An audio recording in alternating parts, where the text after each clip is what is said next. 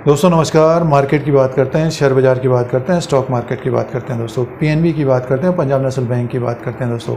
Share price 79 rupees में है और नया हाई, नया टॉप बनाया है 81 रुपया 35 पैसे का। तो बहुत सारे निवेशकों का एक तरह से टारगेट भी हिट हुआ होगा 80 रुपीज़ तक का। तो आगे की बात करते हैं, आगे शेयर प्राइस कैसा रहेगा, तो इसी पॉइंट के ऊपर बात करते हैं, डिस्कस करते हैं, चर्चा करते हैं। जिनका निवेश है पिछले 1 साल से पीएनबी में, तो तेज़ी देखने को मिल रही है। 115% का रिटर्न है। और पिछले 1 महीने का जो रिटर्न है पीएनबी का, अगर 1 महीने पहले की बात करते हैं तो दोस्तों इसका जो स्टॉक प्राइस है 62 में तो 62 रुपये से बढ़कर 80 रुपये तक पहुंच गया और 26-27% का रिटर्न दिया है आज के दिन 26 सितंबर 2023 तक दोस्तों।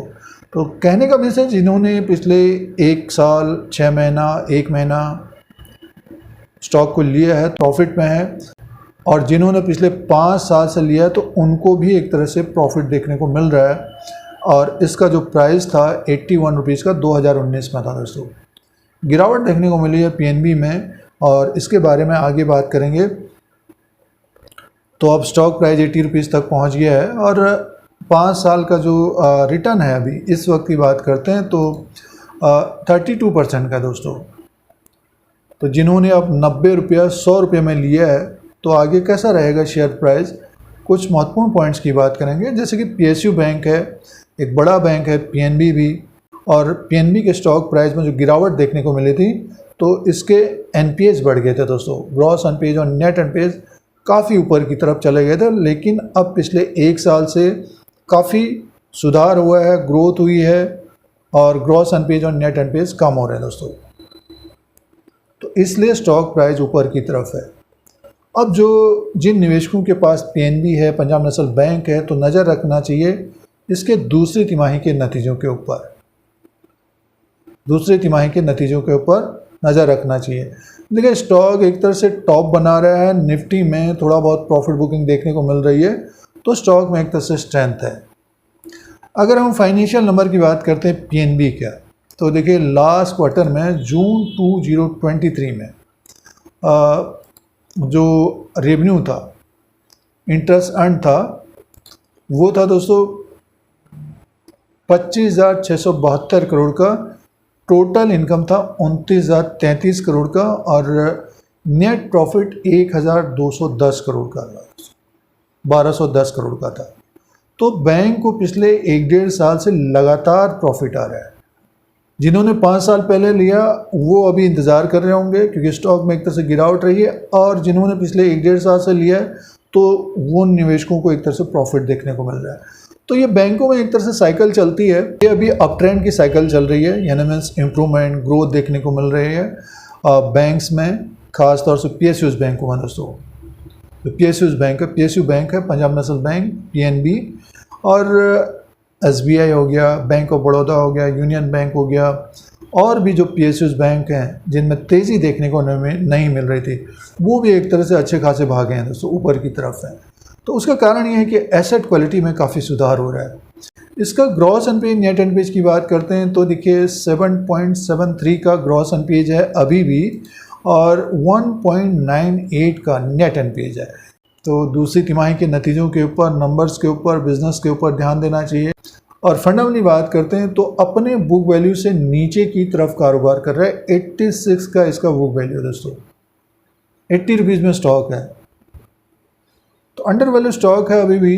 और इसका जो मार्केट कैप है 87,372 करोड़ का, फेस वैल्यू 2 रुपीज़ का है, बुक वैल्यू पर शेयर 86 का है, डिविडेंड यील्ड 0.82 का है, अर्निंग पर शेयर है 4.01 का।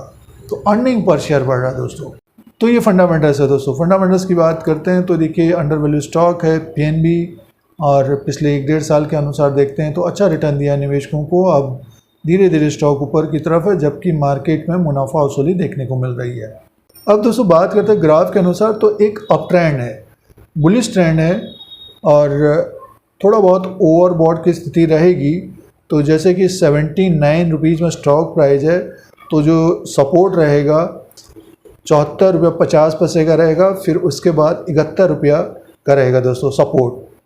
अगर मार्केट में थोड़ी बहुत गिरावट या किसी भी कारणवश गिरावट आती है तो नीचे का जो रिस्क रहेगा 9-10 रुपये नीचे की तरफ, ऊपर का जो टारगेट रह सकता है, रिवॉर्ड रह सकता है, इस वक्त की बात कर रहे हैं जैसे कि दूसरी तिमाही के भी नतीजे आएंगे तो ऊपर की तरफ 90 रुपीज़ से 100 रुपीज़ तक जाता हुआ दिखाई दे सकता है। 86 रुपीज़ तो जाना ही चाहिए इसका जो बुक वैल्यू है दोस्तों। अक्टूबर के महीने में जैसे कि अब सितंबर भी ख़त्म हो रहा है, किसी भी कारणवश पंजाब नेशनल बैंक का स्टॉक प्राइस नीचे की तरफ आता है तो इसके ऊपर नज़र रखनी चाहिए।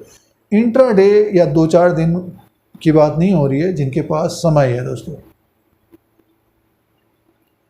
अब जिनको 10 से 15%, 20% मिल रहा है तो एक ही महीने में देखिए 26% का रिटर्न है।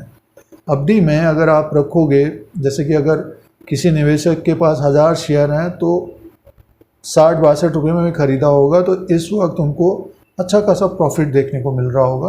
और जिन्होंने साल भर से रखा है तो एक तरह से दुगना से ज़्यादा रिटर्न मिल रहा है। तो अभी भी पोटेंशियल है स्टॉक में, गुंजाइश है, अच्छा तेज़ हो सकता है स्टॉक प्राइस, तो हमारे अनुसार होल्ड करना चाहिए। कुछ मित्रगण, सब्सक्राइबर, दोस्त, फ्रेंड्स इस बैंक के बारे में जानकारी भी चाह रहे थे। बहुत सारे निवेशकों का टारगेट हिट हुआ होगा 80 रुपीज़ के आसपास का।